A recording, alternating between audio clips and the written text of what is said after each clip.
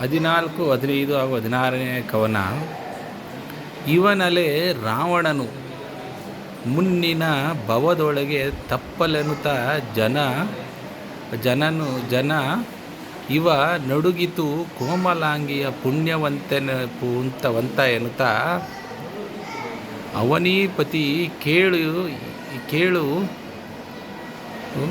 ಚಾಪವನು ಬೋಲೈಸಿದನು ಬಲುಹೋ ಶಿವ ಎನ್ನುತ್ತಾ ಸೀವರಿಸಿದನು ಡಾವರಿಸಿದನು ಧನುವ.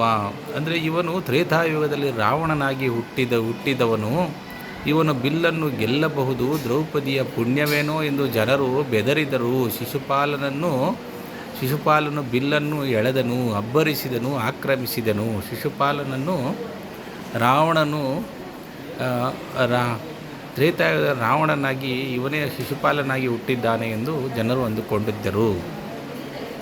ಏನನೆಂಬೆನು ಧನು ಸಗಾಡದ ಮಾನಭಂಗದ ಮೊದಲ ಮನೆಯೇ ಮಾನನೀ ಪರ ಅಪಹಾಸ್ಯವೀ ಜನರೀ ನೃಪಾಲಕರ ಹೀನ ನುಡಿಗಳ ಕಂಡು ದೈತ್ಯ ಸಮಾನ ಮನದಲ್ಲಿ ನೊಂದು ತಿರುಗಿದ ನೇನೆಂಬೆನು ಸದೆದು ದಾತನ ಗರ್ವ ವಿಭ್ರಮವ.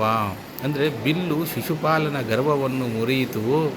ಮಾನಭಂಗವಾಗಲು ಮೊದಲು ಕಾರಣವೇ ಇದೇನು ಎನ್ನುವಂತೆ ಹೆಣ್ಣುಗಳು ಅಪಹಾಸ್ಯ, ಜನರ ಕೀಳು ನಿಂದನೆಗಳು ಶಿಶುಪಾಲನ ಮನಸ್ಸನ್ನು ನೋಯಿಸಿದವು.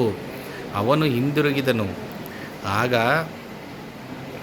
ಕಂಡು ಮಾಗದ ಕರೆದನೀ ಧನುಚಂಡೀದು ನಮಗಲ್ಲ,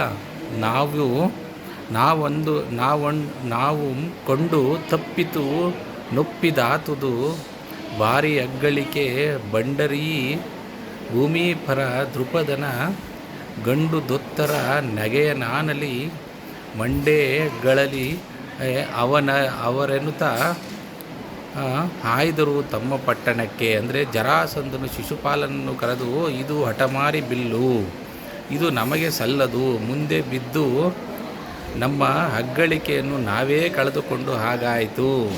ಇಲ್ಲಿರುವ ಜನರು ಬಂಡರು, ದೃಪದನ ದಾಸರು, ಅಪಹಾಸ್ಯದ ನಗೆಯನ್ನು ಇವರು ಹೊತ್ತು ಬದುಕಲಿ ಎಂದನು. ಇಬ್ಬರೂ ತಮ್ಮ ಊರಿಗೆ ಹೊರಟು ಬಿಟ್ಟರು, ಶಿಶುಪಾಲನು ಹಾಗೂ ಜರಾಸಂಧನು. ಧನ್ಯವಾದಗಳು.